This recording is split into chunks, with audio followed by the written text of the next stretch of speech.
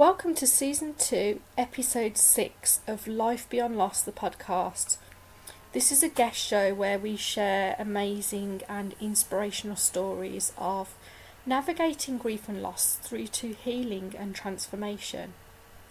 I'm your host, Louise Kresick, grief and loss coach.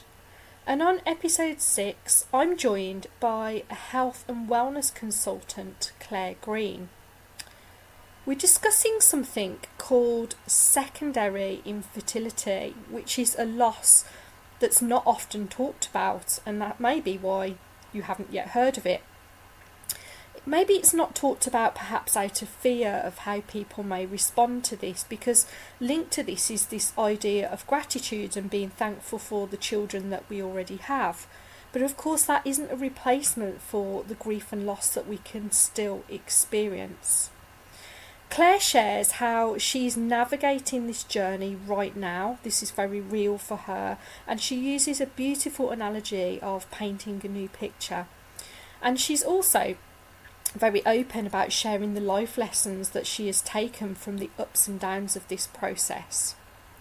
She's super passionate about a holistic approach to fertility, which includes and goes beyond the conventional treatment, but of course discussing initial concerns with your GP is always the first step in infertility.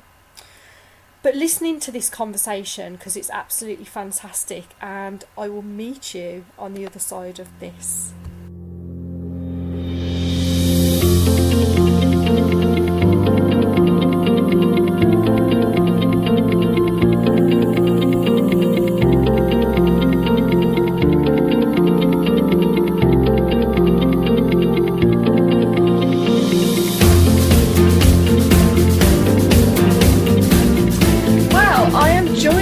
On today's podcast by Clare Green, who's a health and wellbeing consultant, and I know that she's got many strings to her bow, so we're going to talk about that in a moment. But welcome, Clare, nice to have you. Hello. Let's just talk a little bit, just so people can get to know you a little bit first, about this kind of health and wellbeing consultant and the sort of different things that you do. Yeah, so I help people make small or big changes in their lives to feel more comfortable in their own skin.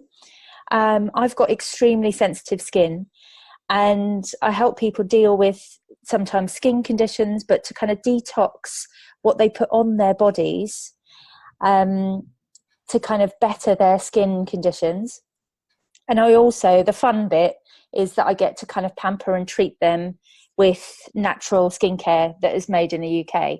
So, I kind of started looking at the ingredients that were in my beauty products about 5-6 years ago, and I was shocked by the number of kind of toxic ingredients that are in our beauty products. And the biggest thing for me, we were trying to get pregnant at the time. So the biggest thing that shocked me was how many of those ingredients affected our fertility. So I worked with a naturopath at the time who was helping me with homeopathic remedies and kind of different approaches for my skin. But I worked with her to do a fertility detox, which kind of leads us on quite nicely to this podcast. Because kind of through that work we were able to get pregnant with our daughter, and she's literally just turned 5.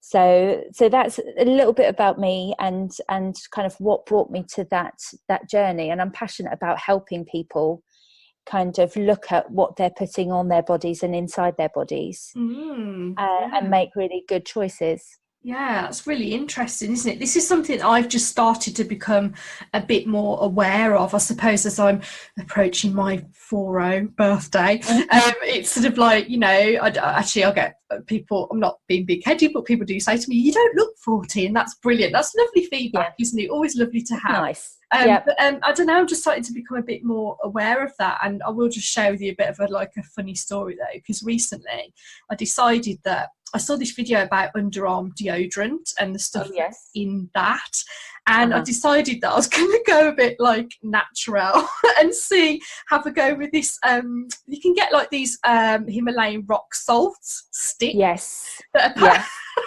Been there, done that. Yeah, and I was like looking at this. I bought this stick, and I was thinking, really, I'm going to put this like lump of salt under my arm. But it's it's interesting, isn't it, though, because we're so used to all the lotions and potions and the things that we see in everyday life through advertising and all of that, that some of the more natural stuff actually feels more alien to us. Exactly. And you kind of, because you're used to seeing what's normal, then when you start to pare it back, like I had a massive allergic reaction. It was actually to work and stress reaction.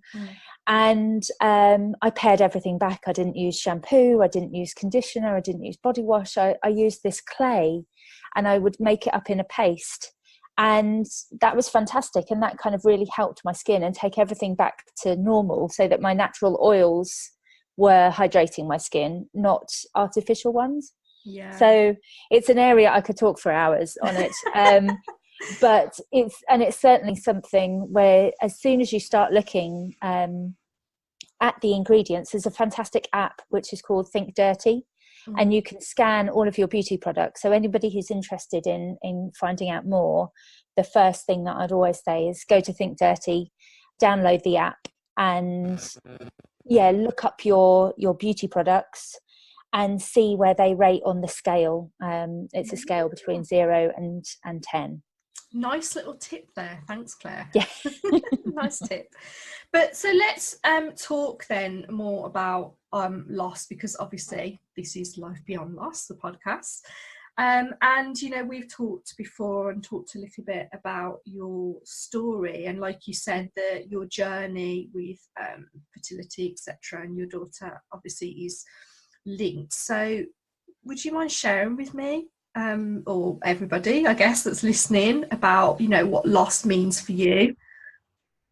Yeah, so I suppose to start out, ours isn't a traditional loss, so it's not after death or kind of, as someone would say, a traditional kind of grieving process. So a little bit of background. So I was an only child for 17 years, and I'd always imagined having more than one child, and that wasn't because it was an awful kind of upbringing being an only child, but I think there's a unique bond between siblings that I always kind of wistfully looked at as I was growing up, sort of thinking, oh, I wish I had that. So I'd kind of wanted that for myself with children when I came to have my own. So, and this is where we kind of come to it, because my loss is all around not having conceived that second child. So we started our journey with that fertility detox to try and conceive Honor, and it took us a couple of months, and we were very lucky and fell pregnant with her. And it was a beautiful time, because my husband had just proposed to me. We started trying, and were 10 weeks pregnant by the time we got married. So everything happened really quick. We were in this sort of like honeymoon bubble of kind of marriage and pregnancy, and it was kind of great. And then we kind of knew that we wanted to try again quite quickly. So after 6 months of having Honor, we started trying again. And I've spoken to many people about this. They sort of say, well, because I was breastfeeding and because my cycles and everything wouldn't have calmed down for probably 9 months to a year.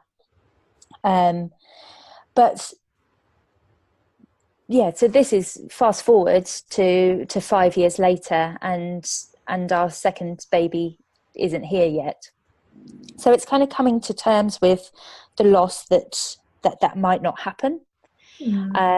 And we've spoken about this before, because it's a sort of an envisaged or a vision that I have of this life, that it's 2 children or more, and coming to terms with the reality of us as a little 3, a little, in my view, a sort of a micro family. Yeah. So it's a total sliding doors scenario in my head, and it's nothing. Saying this out loud shouldn't take away from what I have, because I'm extremely lucky, and I feel extremely lucky to have the family that I do. But it's a sliding doors of the vision that I had for my life, and the loss, letting go of that. This is really interesting because, you know, I suppose, like you say, traditionally we look upon loss as something that we've maybe once had and is no longer there. It's something that, you know, it's missing in our life. But actually, loss can, that grief can absolutely be felt for something that we haven't yet had equally. Yes. You know, something that we want to have and don't seem able to kind of, you know, make that happen for ourselves. And I do kind of recognize that can trigger a grieving process as well. Yeah, and it kind of, I was thinking about it, I was talking to my husband about it, because every month where we're not pregnant, it is like a mini grieving, to kind of say, right, okay, it hasn't happened this month, and to pick ourselves back up again. And there's been many tears and anger as well, like real sort of frustration. And we haven't had any false alarms or any miscarriages. And we actually went through a failed IVF after we tried for about 3 years. We tried 1 round of IVF, and that was hugely kind of physical, had a huge physical impact on me. But also the emotional impact of when that failed was like a grief and a kind of a painful process, really. Yeah. Do you know many other women that have had similar experiences, or have you come across this? I was just wondering how common it might be, you know? Yeah, so secondary infertility is quite common, and it is one of those things, because lots is being looked at into kind of why people, the sort of medical reasons behind why people might not be able to conceive in the first place.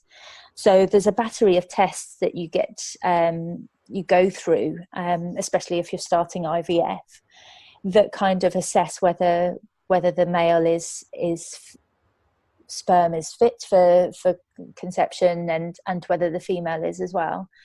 But with secondary fertility, often you'll present as nothing is wrong. But it's still a thing, you know. It's kind of, and it could be diet and lifestyle and stress levels, and you know, they kind of scratch their heads and say, well, you've done it before, so therefore your body should remember what to do, and you should be able to do it again. So that was one of the most frustrating things, because you go for a failure appointment when it doesn't work, and they literally kind of offered to do more drugs and a heavier protocol, but they didn't really give any advice on what was going on inside and why we weren't able to conceive. So I think lots of people go through it. Not many people talk about it, because I think within the fertility community, obviously, if you've had a child, then it's, you know, being grateful for what you have rather than what you don't have is very important. Yeah, that's really interesting. I think this is another area again. I mean, we don't talk about grief openly enough anyway, I don't feel. But I think that this is another area again that maybe, like you said, is not talked about. But I wonder if, you know, there's a certain sense of fear for women around talking about this, because like you say, it's that, oh, you know, should I be grateful really for what I've got, and how's, you know, what kind of feedback am I going to get if I talk about the way I feel about this. Am I Yes, explaining that correctly? So exactly that. And yeah. it's kind of, you sort of you sort of feel guilty if you're speaking to someone who has struggled to conceive at all. Then obviously it's kind of hard to then bring your situation into that. But I think anybody who's struggled to conceive, whether they've had a child or not, they understand the emotions that go through it, come with it. You know, it's kind of there's the feeling of inadequacy and misunderstanding, like you just don't understand what is going on. Yeah, I suppose the lack of answers around this as well might contribute to that grief, because it's difficult, isn't it, I guess, to move forward from something when you don't kind of understand what's happened or why it's happening. Yes. Yeah. And I think as well, like since having a kind of a medical answer like IVF, then people kind of put all of their trust into that basket as it is, which is why I'm really passionate about looking at the whole person. So looking at, you know, what we put on our skin, what we put in our bodies, how we eat, what supplements we're taking, you know, whether we make time for ourselves and self-care. You know, I think it all adds up into, you know, are you ready? Is your mind telling your body that you're ready to accept something new into your life? The mindset, we don't even think about, I mean, we think about from a physical point of view, health and wealth, but actually the psychological aspects and the emotional aspects we don't necessarily think about, do we? About how, I love what you said there about how prepared are we mentally, and that can have an impact. And I think all of those things, you know, it's kind of plays with your energy, and kind of it's that level of connection. So it's your connection with your partner, it's connection with, you know, your life and your kind of work, and how sort of true you are to yourself. Because there's been certain months when I've been completely upset, but then I look back and I kind of think there might not have been many chances that month that we could have got pregnant. So you sort of think, am I being realistic with myself about my expectations? Because I think there's something around the emptiness that you sort of feel after the loss of it not happening, that you kind of get a bit sucked into. But if you apply a bit of logical thinking and think, well, actually, have I actually given enough of a good go this month, or have I been in the right place to accept something new into my life from a mind, body and spirit kind of point of view? So there's a real, I guess, balance to be had here between what, you know, physically what we can do, but then also looking at ourselves emotionally and our thought process, the stories that we tell ourselves as well about it. Energetically, there are a lot more things actually than I guess we would think about. Like the surface stuff would be to go straight to the medical aspect, wouldn't it? And actually this is triggering something for me, because I mean, I've never shared this kind of side of my story with my audience. Actually, this would be a first. But last year, my husband and I were under a fertility team at the local hospital, and we were undergoing various tests and things. And when I think about it now on reflection, it was probably like 70-80% of that was all focused around, you know, our bodies, the medical aspect, what was happening or not happening.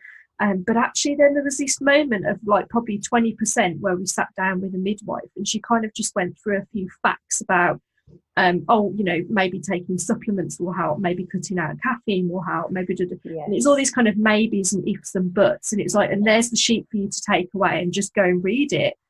And you know, I'm not obviously knocking, I think the NHS is a wonderful service that we have, But actually, there isn't that holistic approach to this, is there? If you think No. about it. And I think it's sort of, if you go off and find it, if you find someone that you like working with, and you can kind of look at the whole, you know, what are you eating, and how much you're drinking, what exercise you do, you know, whether you're kind of trying at the right times in your cycle, and take it beyond that, because I think the tests and the NHS, they're following, you know, a kind of a checklist, Yeah, which they're seeing so many people, and they have to do. But it's kind of, it takes a bit of magic to make a baby. And it also takes a lot to sort of come to terms with it not happening. Yeah. You know, and it takes that sort of, to change your view and change your kind of vision, it takes a leap of faith really to do that as well. So I've known many women who have had to kind of come to terms with not having children. Yeah. And kind of come to terms with a new reality. So where are you at now with all this then, in terms of, you know, how you have been dealing with this? And presumably it's sort of like I don't know, do you come to terms with it, or do you just kind of leave it sort of open really to, I don't know, how do you manage it now? Yeah, so I've got to remind myself that I'm very lucky, and I practice gratitude and kind of showing up and sort of saying thank you for everything that I have. It was interesting because I said to my husband before coming on this podcast, because it involves him as well as me, I was kind of saying, do you feel a loss? Do you think that we were destined for something more than we have? And his like straight answer was no. I'm, you know, beyond happy that he met me, and he's beyond happy for us to be our family of 3. And he said, but I can see it in you. I can see that you have this yearning for something else. And for a long time, I was distracted by that yearning for something else. I wasn't able to sort of appreciate what I had. So it's a process. So at the moment, I'm fully kind of engaged with what I do have, and count myself lucky and eternally grateful for what I have and my family. What's really helped me this year was to give myself a deadline, or give ourselves a deadline. And I sort of said to Mark, if we're not pregnant by December this year, that's it, we'll stop trying. And that doesn't mean that we'll stop sort of physical contact or anything like that, but it just means the sort of monthly wait for your period, or, you know, kind of that kind of analytical side of you, and the wanting, you know, monthly wanting something and it not happening, and then going through a bit of that cycle of disappointment and loss. So for me, you know, setting that deadline, and we've kind of got 6 months, you know, 6 months to fall pregnant, and then I kind of want to close the door and just think, right, okay, let's just move forward as we are. Yeah, I think that's lovely. I think it's sounds very much about, you know, stop trying, but actually just giving yourself permission to move on. And I have very, very funny perspective about letting go. I'm never sure that we're ever quite able to let stuff go completely, and I'm not sure how that sits with me, but letting it be kind of sits better with me. And I think, again, when we give ourselves that sort of deadline, it feels easier to just say, okay, you know what, I'm giving myself permission to move on with my life and just let it be. Just, you know. Yes. Yeah. What do you think about that? Yeah, I think letting it go is almost like it it was something that you had, you know, so it's almost, but I suppose it's that vision, you know, like one of my kind of things that I've been working on. I'm a very creative person, so pictures and images are huge for me. And sometimes, you know, someone will say a word and I'll have a whole kind of, you know, Monet picture in my mind in minutes. So for me, it's about painting a new picture. Yeah. So seeing 10 years down the line and you know, being able to envision something, our life growing as it is, but that doesn't necessarily mean, you know, more of us. So kind of letting it be, and picturing a sort of a new reality. Yeah, I love that. I love the visual aspect of that, of painting a new picture, or just sort of playing with the picture that you've got and tweaking it, or you Exactly. know. Yeah. Sitting with that, you know, sitting with that image in your mind and kind of being like, yes, this is it, you know, this is, how great is that, you know, and sort of just re sort of formulating your thoughts and feelings around something. Yeah, I think that must be really, really helpful, actually. And I guess for anybody out there who, you know, might be kind of struggling with something similar at the moment, to sit with that and to just see what kind of unfolds. And I guess another way, if you're maybe less visual, sort of journaling or something like that is also quite helpful, to put those words down.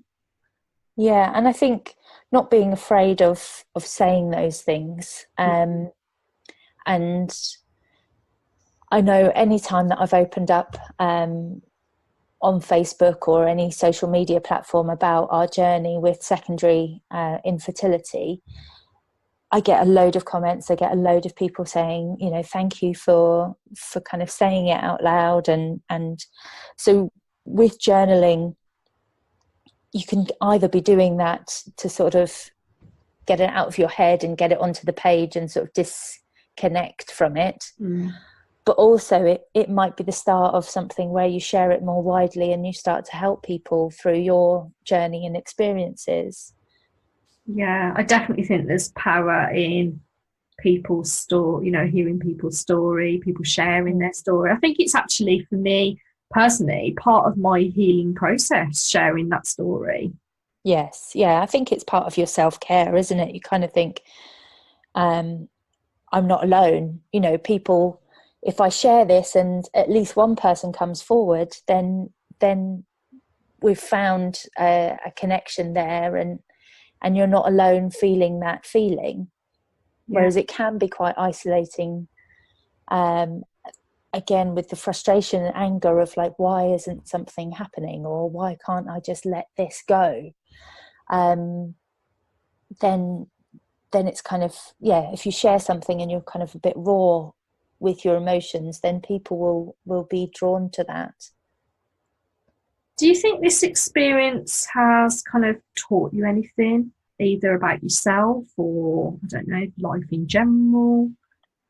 It's definitely taught me to be kinder to myself, in terms of the thoughts in my own head, you know, my inner voice. And I'm getting better at being able to kind of isolate those thoughts and not listen too much to them. And I think that in itself has kind of made me more kind of at ease with myself and not turmoil with my thoughts and feelings. It's, in a weird way, has made me more emotive. So kind of growing up, I wouldn't kind of enter into conflict. I wouldn't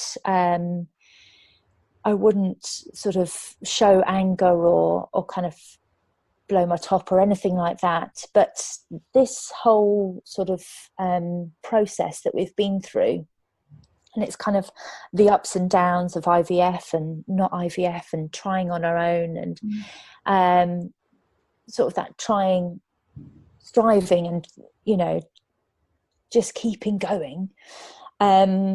has kind of made me more emotive. So if I'm angry, I show that anger. So I kind of, and it's the release. So I felt like in this whole process, it's become easier for me to show my emotions in a way that they never have before. So I think, but that's a good thing. I think that's, that is not bottling it up. It's being able to release whatever I feel at the time. Yeah. And it's literally between Mark and myself. It's not external, but it's just being able to, with that one person, just be like, I'm so frustrated by this, and what can you do?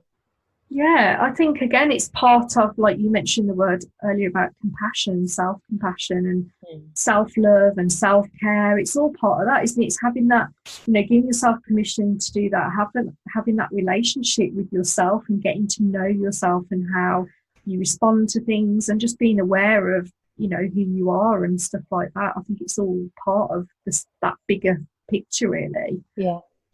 And allowing yourself to kind of, to feel how you feel in that moment, but not let it overtake the next week, the next month. It's kind of, if you let that go and then think, right, okay, what are we going to do moving forward? Yeah. Is it diet? Is it lifestyle? Have I been, drinking too much caffeine? Did I not take my supplements too much? And it kind of, all of those self-care things start to flood in as soon as you think, right, okay, yes, let's up our game here and make those changes that will hopefully make the difference. Yeah. So sort of feeling the feel the emotions, but then obviously the balance is knowing when it's time to kind of just take the next step forward, or just shift the focus, I guess, a little bit into something more positive. Yeah, definitely. And I wanted to ask you then, just to kind of, I guess, round off, this has gone so quick.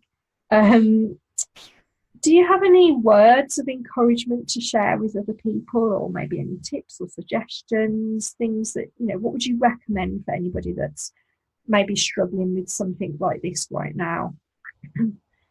So I think my number one is be kind to yourself. So I don't think having a vision for your future is something that defines you. It can constantly change as you do. So if you're struggling with the loss of that not coming true or becoming a reality, then just sit with that for a while and be kind to yourself, and sort of, as we were talking about, kind of paint a new picture, or envisage yourself doing something new or challenging. And the other thing is that I think it's allow yourself to feel how you feel in the moment. So I think these things are stages. You're moving through that journey. So whether you do feel kind of the loss and kind of fear and grief and anger and frustration, those emotions are all perfectly justified in this situation. But it's also taking the power back from those and kind of changing your view and working on that for yourself and your partner. Yeah, I think they're great kind of words of encouragement, I suppose, as well, because it's, the grief journey as well, like you say, it is a journey, and it's not always this kind of lovely linear sort of process where you go through anger and then you move on. So you could have an angry day and then a few months down the line have another angry day, and it's sort of like, just accepting that, like you said, for what it is in that moment is really important. And there are people out there, there's great work going on in the fertility space, whether that's kind of natural fertility or IVF. So there's lots of resources out there to help you. And there's a big community that are going through exactly the same as you. So if it is particularly around fertility, then connecting with that community and sort of meeting like-minded people might help. Yeah, that sounds like a great idea. Maybe we can put some links or some things in the show notes for people. That would be really helpful. Yeah, certainly. And also, let's just tell people where you hang out as well, Claire, because it'd be great. You know, there might be people out there thinking, I want to connect with Claire. Oh, do, please. Yeah, so I'm on Facebook. I've got a business page, which is Clare Green Tropic. And I'm also on Instagram under Clare Green Tropic as well. So, yeah, so come and follow me. And I share loads about kind of detoxing for your skin and also for your body and your health as well. So yeah, come and like me and follow me. Brilliant. Thank you so much, Claire, for coming on as well and sharing your story. I really appreciate that. And, thank you so much. You know, like we said, it's just important, isn't it, to talk more and more about this and as openly as possible to help others. So thank you so much. Thank you, Louise. See you later.